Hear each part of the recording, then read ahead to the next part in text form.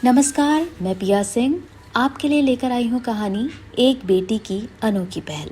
इस कहानी की लेखिका हैं डॉक्टर नीतू तातेड़। जीवन में अनेक क्षण ऐसे आते हैं कि हम समझ ही नहीं पाते कि हमने ऐसा क्यों किया।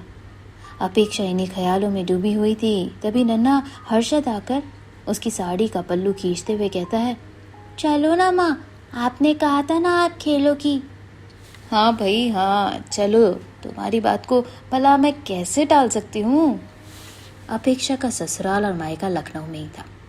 जब भी मायके जाती तब वो देखती कि पिता निरंतर अकेलेपन का शिकार हुए जा रहे थे। लगभग 15 वर्ष पहले की बात है। 15 वर्ष की अपेक्षा और 13 वर्ष के अंकित की माँ एक रात अचानक चल बसी। ना कोई बीमारी, ना कोई तकलीफ। इतनी कम उम्र में माँ के चले जाने पर दोनों बच्चे और पिता संभल ही नहीं पा रहे थे। रिश्तेदार आते जाते कहते थे, आलोक भाई को दूसरी शादी कर लेनी चाहिए, उनकी उम्र ही क्या है, 40 में तो आदमी पूरा जवान ही होता है ना। अपेक्षा की नानी का भी यही कहना था, दामाद जी, आपको अपने और बच्चों के लिए दूसरी शादी ज़रूर करनी चाहिए, सब ठीक हो जाएगा। नानी और दादी दोनों ही आकर घर को संभाल रही थी। अंकित और अपेक्षा समझदार बच्चे थे। पापा को दुखी देख अकेले में भले ही आंसू बहाते, परंतु उनके सामने सामान्य बने रहते। दुखी आलोक दोनों को गले लगाकर सुबक पड़ता है। वो मन ही मन सोचता है, कल्पना तुम हमें इतना जल्दी क्यों छोड़कर चली गई। प्रकृति का नियम है परिवर्तन। धीरे धीरे तीनों सामान्य जीवन यापन करते हैं। तभी एक दिन अपेक्षा को अपने पिताजी के मोबाइल में एक सुंदर लड़की की फोटो दिखाई देती है। पापा, आपके मोबाइल में जिस लड़की की फोटो है वो कौन है? आलोक सकपका जाता है। बेटा, वो मेरी दोस्त है जिसका नाम शिवानी है। हम दोनों एक ही ऑफिस में काम करते हैं। वो अपनी बेटी को शिवानी के बारे में इस तरीके से नहीं बताना चाहता था। पापा, क्या सच है कि वो आपकी सिर्फ दोस्त है? आलोक अपनी माँ और सास को इस बारे में बता चुका था कि शिवानी तलाकशुदा है और वह भी उसे पसंद करती है और शादी भी करना चाहती है। उनकी तरफ से उसे हरी झंडी मिल चुकी थी, परंतु बच्चों को बताने में संकोच कर रहा था। जानता था कि माँ के स्थान पर किसी को देखना रखना इतना आसान न था। आलोक ने माँ के कहने पर शिवानी को एक रविवार घर पर बुलाया। वो आलोक की माँ और अंकित को बहुत पसंद आई। वो अपेक्षा से भी बात करने की भरसक कोशिश करती रही। तुम्हारी प्रिय फिल्म कौन सी है? तुम्हारी खास सहेली कौन है? जैसे अनगिनत सवाल करती रही, परंतु वो तो अभी भी मुंह फुलाए बैठी रही। शिवानी ने हंसकर टाल दिया। रात को जब शिवानी घर चली जाती है तब आलोक जोर से चिल्लाकर अपेक्षा को आवाज देता है, अपेक्षा, अपेक्षा, क्या मैंने आपको यही संस्कार दिए हैं? आज शिवानी से ऐसा व्यवहार क्यों किया? पापा, वो मेरी माँ की जगह लेना चाहती है और ये कभी नहीं हो सकता। छी, आप कितने गंदे हो, हमारी माँ को इतना जल्दी भूल गए। नई माँ लाकर आप हमें भी भूल जाओगे और घर से निकाल दोगे। सौतेली माँ बहुत बुरी होती है। आलोक की माँ करीब आई और बोली, बेटा, तुम शिवानी से विवाह कर लो, धीरे धीरे सब ठीक हो जाएगा। नहीं माँ, मेरे लिए खुद की खुशी से पहले बच्चों का सुख है। कल्पना मेरे भरोसे इन्हें छोड़ गई है। वक्त पंख लगा के उड़ता गया। अपेक्षा अब डॉक्टर अपेक्षा बन गई थी और एक बच्चे की माँ भी। अंकित पापा और अपेक्षा को लेकर माउंट आबू घूमने गया था। तब अचानक उसे शिवानी दिखाई दी। पापा और अंकित को थोड़ी देर में आने को कहकर वो शिवानी के पीछे गई। शिवानी जी। शिवानी पहले तो चौंक जाती है, फिर अपेक्षा को बड़े प्यार से देखते हुए कहती है, कितने सालों बाद देखा है। अपनी बात को अपेक्षा आकार देने की कोशिश करती है। शिवानी जी, मैं तो छोटी और नादान थी, पर आपने जिद क्यों नहीं की पापा से? अपेक्षा, मैं भी आगे बढ़ गई। नहीं चाहती थी कि मैं किसी का घर तोड़ने के जिम्मेदार कहलाऊं। तो आपने फिर किससे शादी की?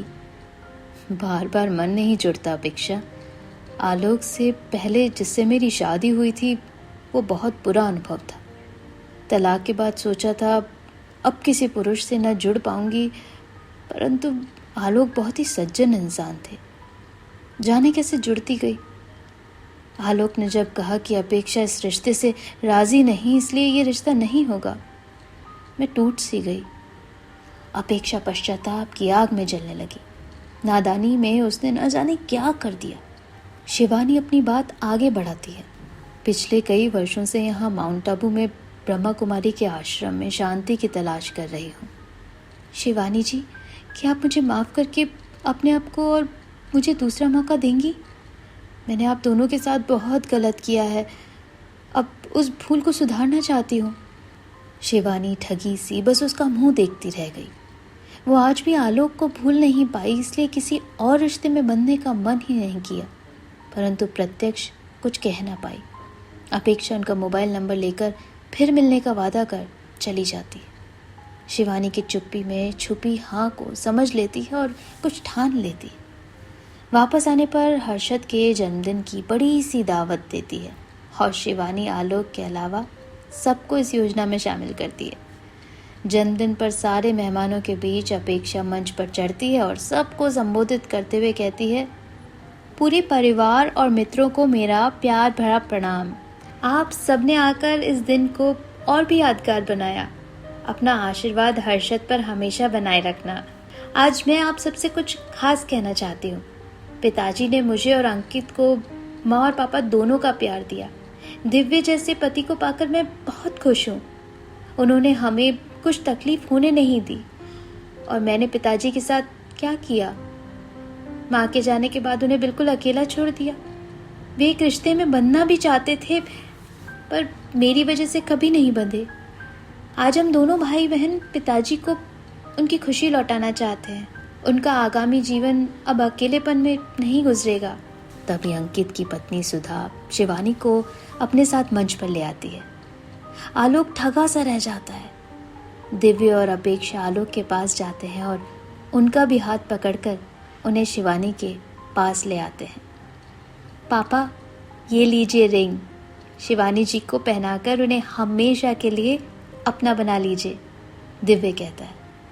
आलोक शिवानी की आंखों में अपने लिए हामी और प्यार देखकर समझ जाता है कि बच्चों की योजना में शिवानी भी शामिल है। मम्मी जी, आप भी पापा जी को रिंग पहना दीजिए, सुधा चुहलबाजी करते हुए कहती है।